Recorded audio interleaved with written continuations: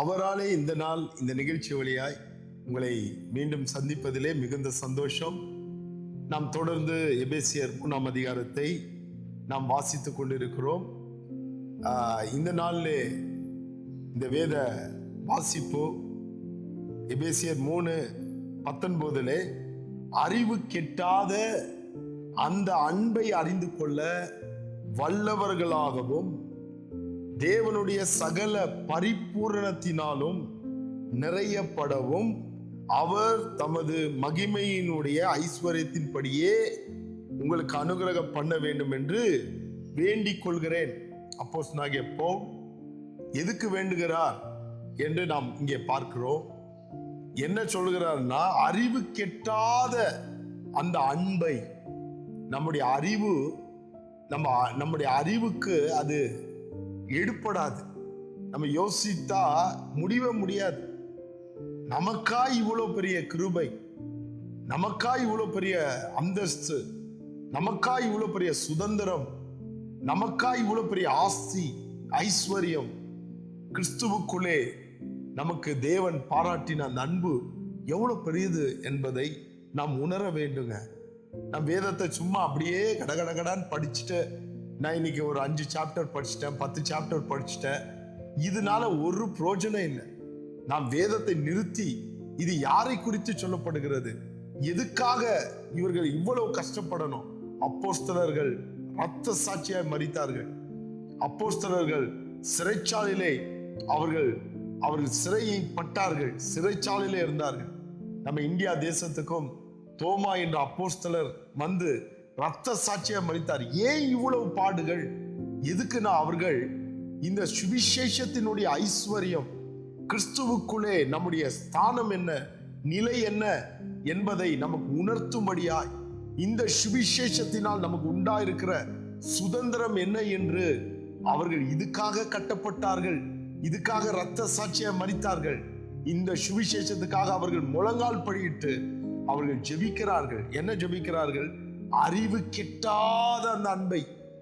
உங்களுக்கோ எனக்கோ அது புரிந்து கொள்ளவே முடியாது. அறிவு கெட்டாத அந்த அன்பை அறிந்து கொள்ள வல்லவர்களாக. நமக்கு என்ன, இந்த பூமியில நமக்கு என்ன வேலை பாருங்க. இந்த உலகத்துல இருக்கிற பணக்காரன் எப்படி பணத்தை சம்பாதிக்கணும், நீங்க தொடர்ந்து வேலை செய்தா அப்படிப்பட்ட வேலையினால நீங்கள் ஐஸ்வர்யவானாக மாற முடியாது. சாகிற வரைக்கும் நீங்க வேலைக்காரனா இருந்து நீங்க நொந்து குறைப்பட்டு தரித்திரமாயி அப்படித்தான் நீங்க சாகணும்.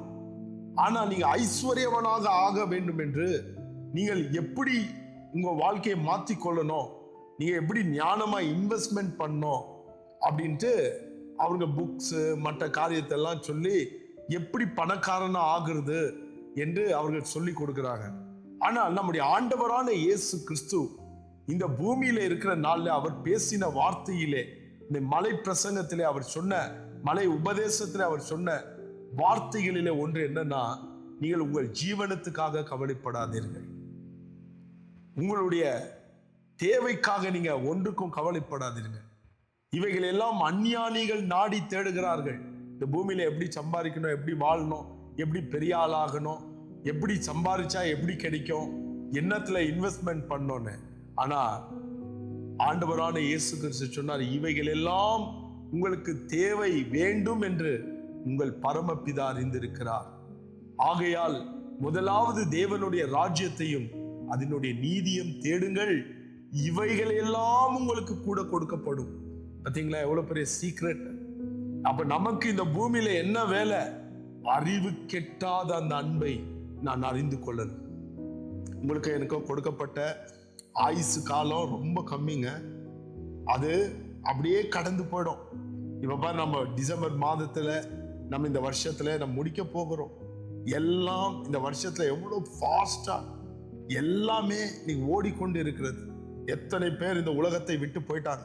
சிறு குழந்தையிலிருந்து பெரியவர்கள் வரைக்கும் இந்த வருஷத்துல எத்தனை பேர் மரணத்தை சந்தித்து இருக்கிறார்கள். என்ன சாதிச்சாங்க, என்ன சம்பாரிச்சாங்க, என்ன கட்டிட்டாங்க, என்ன நாட்டிட்டாங்க? ஒன்றும் இல்லைங்க. உலகத்துல எல்லாம் சூனியம், எல்லாம் ஒன்றுமே இல்லை. அது ஒரு வெங்காயம் மாதிரி வாழ்க்கை. அதனால அறிவு கெட்டாத அந்த அன்பை நீங்களும் நானும் அறிந்து கொள்ளணும். நம்ம மொபைலை கொஞ்சம் தூரம் வைப்போம். ஃபேஸ்புக்கு, மற்ற வாட்ஸ்அப்பு, மற்ற காரியத்தெல்லாம் கொஞ்சம் ஒதுக்கி தள்ளி வேதத்தை திறந்து வாசிக்க கற்றுக்கொள்வோம். இந்த உலகத்துல ஒரு சாதனையை நம்ம சாதித்துட்டு போகலைங்க. அறிவு கெட்டாத அந்த அன்பை நாம் அறிந்து கொள்ள வல்லவர்களாக வேண்டும். பார்த்தீங்களா, இதுதான் நம்ம பெரிய காரியத்தை செய்கிறோம். இந்த அன்பை நீங்க அறிந்து கொள்ளும். கிறிஸ்து இயேசுவின் அன்பு, பிதாவின் அன்பு, குமாரனை நமக்காக ஒப்பு கொடுத்த அந்த அன்பை நம்ம அறிந்து கொள்ள வல்லவர்களாகணும். தேவன் தாமே இந்த வார்த்தையின் மூலியமாய் உங்களை ஆசீர்வதிப்பாராக. ஆமென்.